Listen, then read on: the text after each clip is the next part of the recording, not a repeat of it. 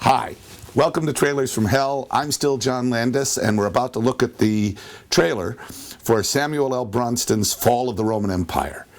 This is a picture that is big, and Gladiator is a virtual remake. Bet you didn't know that.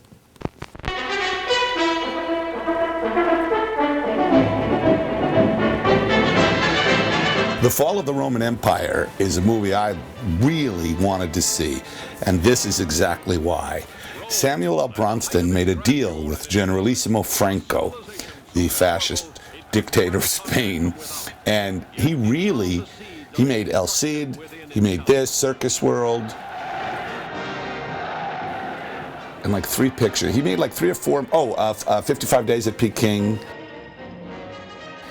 And they're interesting in that his deal was for every dollar he got the studio to spend, US dollar, Franco gave him twice the equivalent in pesetas, which meant that Samuel L. Bronston had a side deal from the studio. So he was making a fortune. The more money he spent, the more money he got in his pocket, which is not the kind of deal you want if you're the studio. But for us, look at these sets. They actually built the Appian Way, the entire Appian Way, right outside Madrid. Look at this set. And those are real people. That's not CG. That's a matte painting on top. The Temple of Jupiter, where the Caesars became gods. But it's still pretty impressive.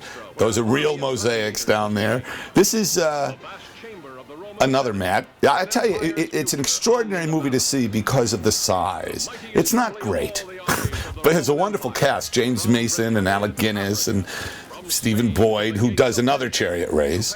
It is the first version of Gladiator. Ridley Scott's movie is a almost exact copy. Same character name, same story, same fight at the end. Even that battle with the flaming arrows in the snow is in this movie. It's a terrific movie despite that. No, it's not. It's a terrible movie. What am I saying? It's a terrible movie, but it's wonderful to see. Just because they don't make movies like this anymore. Not just 3 or 4, but all the known emotions.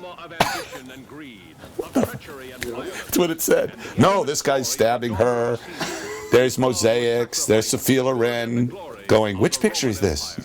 It's Stephen Boyd in a blonde wig. You know, are you gay in this one, Steve? I guess not. I love this movie. I finally saw it at the Eastman House because it's very difficult to see, and they screened it for me, the whole thing. And my wife lasted through about half of it, but I sat there and watched the whole thing. It's a terrible movie, but man, it's big. I just really enjoy the size. There's Stephen. There's Christopher Plummer. He's the part that was played by Joaquin Phoenix in the remake. Chris is a better actor. The Fall of the Roman Empire. Not just 4 or 5, but countless thrills. I think this must have been translated from the Spanish, because it not just 4 or 5 emotions. Now look, see? The ending, the fight at the end, it's exactly the same. Even with the shields. Only those are real sets, not CG. There was a unique thing to this, is since they were trying to be, that was one of the VPs in charge of finance, they were trying to be Ben-Hur. So being Ben-Hur, you had to have a chariot race, and with Stephen Boyd, in fact. But the chariot race was directed by Joe Knut, Yakima Knut's son, and it goes on too long, but look at that. There are some astonishing gags in it, stunts in it, and they're all real. A motion picture recreating new summits of excitement, of splendor, of performances. This is written by someone that English is not their first language. Directed by Anthony Mann, a Paramount release.